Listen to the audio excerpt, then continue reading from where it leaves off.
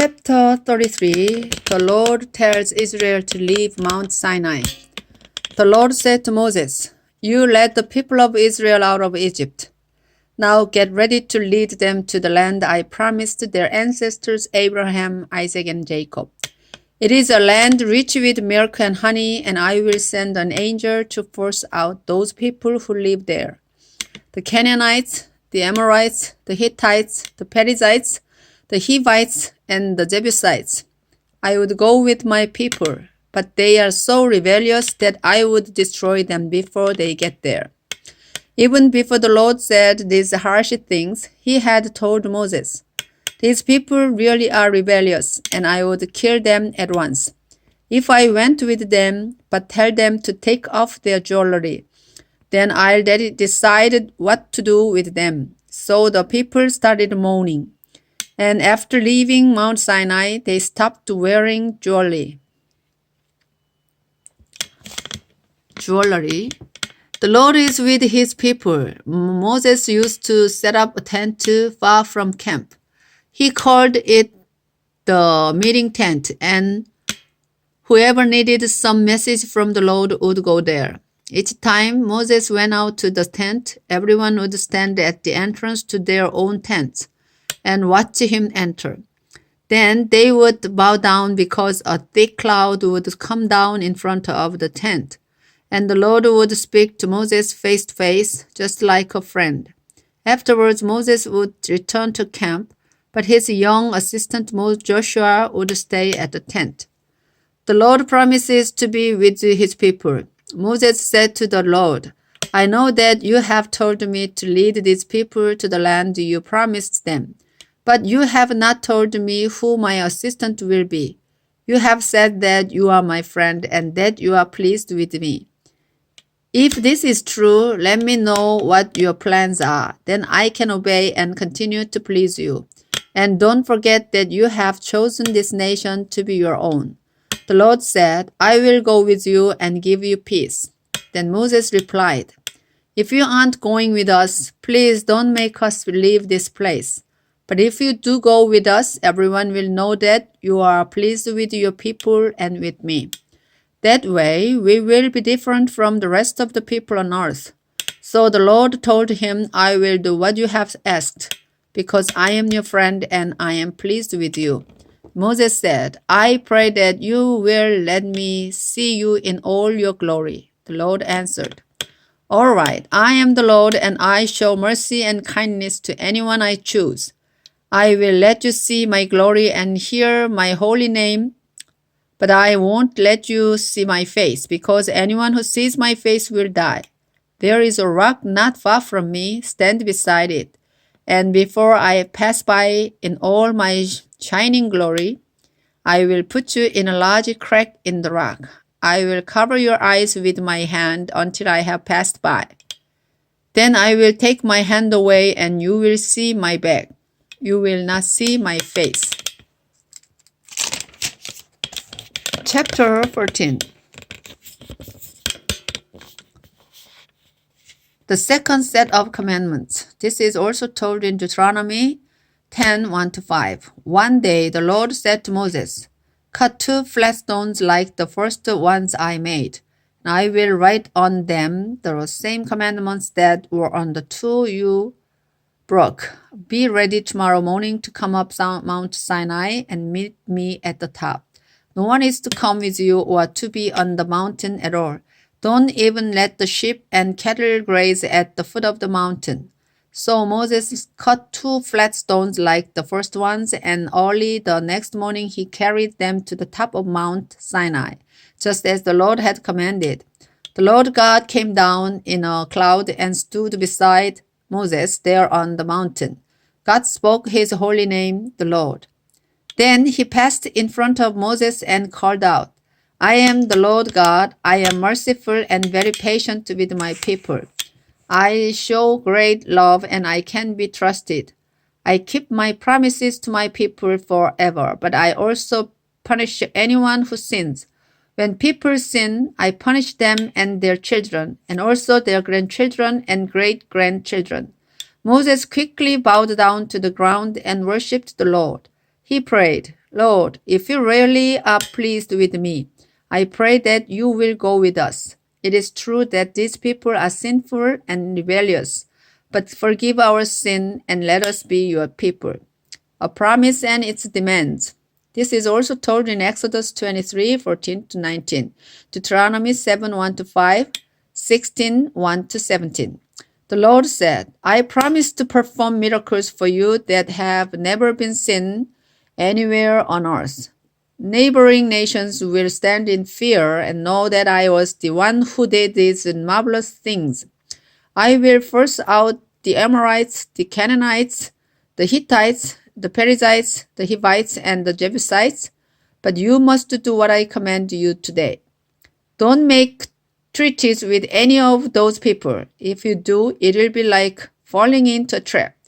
Instead, you must destroy their altars and tear down the sacred poles they use in the worship of the goddess Asherah. I demand your complete loyalty. You must not worship any other god. Don't make treaties with the people there, or you will soon find yourselves worshiping their gods and taking part in their sacrificial meals. Your men will even marry their women and be influenced to worship their gods. Don't make metal images of gods. Don't fail to observe the festival of thin bread in the month of Abib. Obey me and eat bread without yeast for 7 days during Abib, because that is the month you left Egypt. The firstborn males of your families and of your flocks and herds belong to me. You can save the life of a firstborn donkey by sacrificing a lamb. If you don't, you must break the donkey's neck.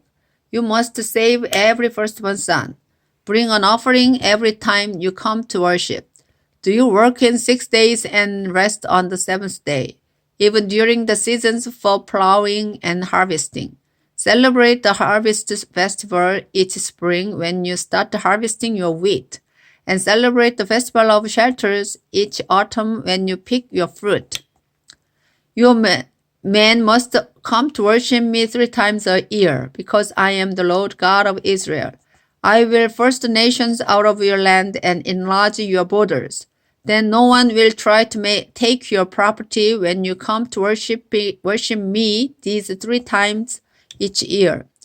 When you sacrifice an animal on the altar, don't offer bread made with yeast, and don't save any part of the Passover meal for the next day. I am the Lord your God, and you must bring the first part of your harvest to the place of worship.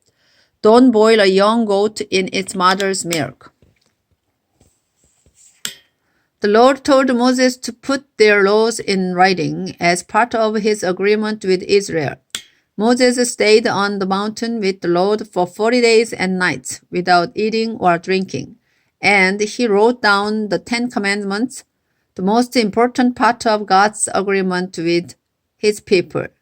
Moses comes down from Mount Sinai. Moses came down from Mount Sinai carrying the 10 Commandments. His face was shining brightly because the Lord had been speaking to him, but Moses did not know at first that his face was shining. When Aaron and the others looked at Moses, they saw that his face was shining and they were afraid to go near him. Moses called out for Aaron and the leaders to come to him, and he spoke with them. Then the rest of the people of Israel gathered around Moses, and he gave them the laws that the Lord had given him on Mount Sinai.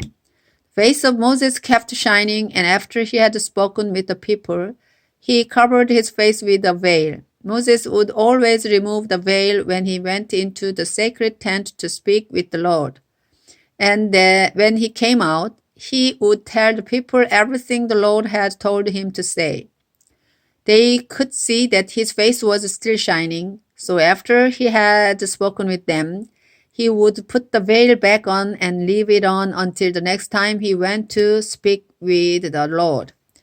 Chapter 35, Laws for the Sabbath. Moses called together the people of Israel and told them that the Lord had said,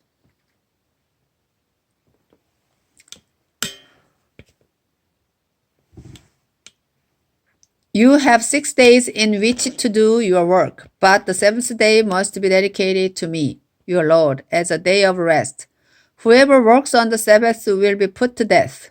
Don't even build a cooking fire at home on the Sabbath. Offerings and gifts for the sacred tent and the priestly clothes. Offerings for the sacred tent. This is also told in Exodus 25, 1-9, 35, 10-19. Moses told the people of Israel that the Lord had said, I would welcome an offering from anyone who wants to give something.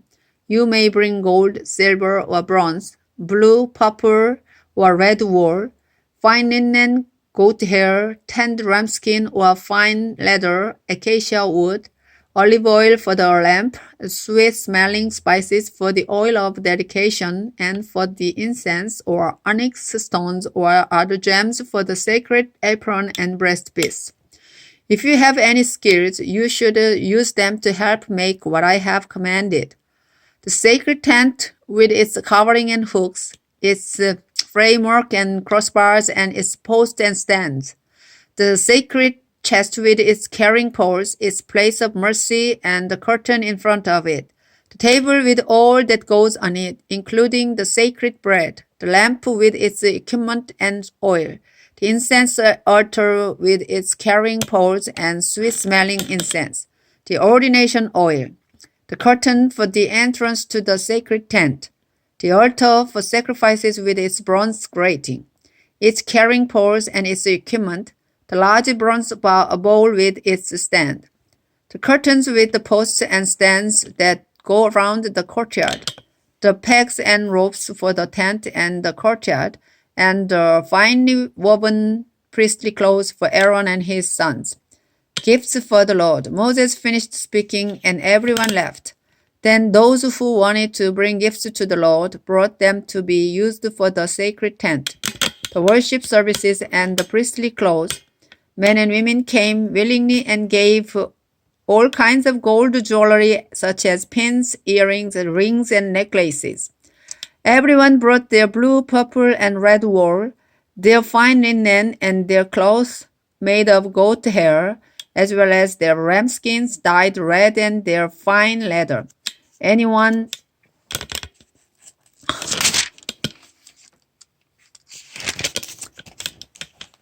who had silver or bronze or acacia wood brought it as a gift to the Lord. The women who were good at weaving cloth brought the blue, purple, and red wool and the fine linen they had made. And the women who knew how to make clothes from goat hair were glad to do so. The leaders brought different kinds of jewels to be sewn on the special clothes and the breastpiece for the high priest. They also brought sweet-smelling spices to be mixed with the incense and olive oil that were for the lamps and for ordaining the priests. Moses had told the people what the Lord wanted them to do, and many of them decided to bring their gifts. Bezalel and Oholiab. This is also told in Exodus 31, 1-11. Moses said to the people of Israel, the Lord has chosen Bezalel of the Judah tribe. Not only has the Lord filled him with his spirit, but he has given him wisdom and made him a skilled craftsman who can create objects of art with gold, silver, bronze, stone, and wood. The Lord is urging him and Oholiab from the tribe of Dan to teach others. And he has given them all kinds of artistic skills, including the ability to design and embroider with blue, purple, and red wool and to weave fine linen. Chapter 36. Moses said, the Lord has given to Bezalel, Oholiab, and others the skills needed for building a place of worship, and they will follow the Lord's instructions. Then Moses brought together these workers who were eager to work, and he gave them the money that the people of Israel had donated for building the place of worship. In fact, so much money was being given each morning that finally everyone stopped working and said, Moses, there is always more money than we need for what the Lord has assigned us to do. So Moses sent word for the people to stop giving, and they did. But there was already more than enough to do what needed to be done. Skilled workers make the sacred tent and its furnishings, curtains and coverings for the sacred tent. This is also told in Exodus 26, 1-14. The skilled workers got together to make the sacred tent and its linen curtains woven with blue, purple, and red wool and embroidered with figures of winged creatures. Each of the 10 panels was 12 meters long and 2 meters wide, and they were sewn together to make 2 curtains with 5 panels each. Then 50 loops of blue cloth were put along one of the wider sides of each curtain, and the 2 curtains were fastened together at the roofs with 50 gold hooks. As the material for the tent, goat hair was used to weave 11 sections 13 meters by 2 meters each. These 11 sections were joined to make 2 panels, one with 5 and the other with 6 sections. 50 loops were put along one of the wider sides of each panel, and the 2 panels were fastened at the roofs with 50 bronze hooks. 2 other coverings were made, one with fine leather and the other with ram skins dyed red. The framework for the sacred tent. This is also told in Exodus 26, 15-30. Acacia wood was used to build the framework for the walls of the sacred tent. Each frame was 4 meters high and 66 centimeters wide with 2 wooden pegs near the bottom.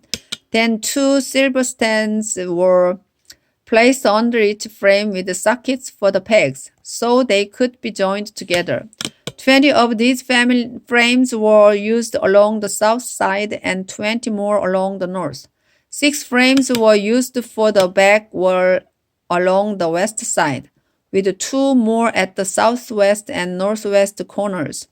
These corner frames were joined from top to bottom. Altogether, along the back wall, there were 8 frames with 2 silver stands on each of them. 5 crossbars were made for each of the wooden frames, with the center crossbar running the full length of the wall. The frames and crossbars were covered with gold, and gold rings were attached to the frames to run the crossbars through. The inside curtain for the sacred tent. This is also told in Exodus 26, 31-37. They made the inside curtain of fine linen woven with blue, purple, and red wool and embroidered with figures of winged creatures. They also made 4 acacia wood posts and covered them with gold. Then gold rings were fastened to the posts, which were set on silver stands. For the entrance to the tent, they used a curtain of fine linen woven with blue, purple, and red wool and embroidered with fancy needlework. They made 5 posts, covered them completely with gold, and set them each on a gold-covered bronze stand. Finally, they attached hooks for the curtain.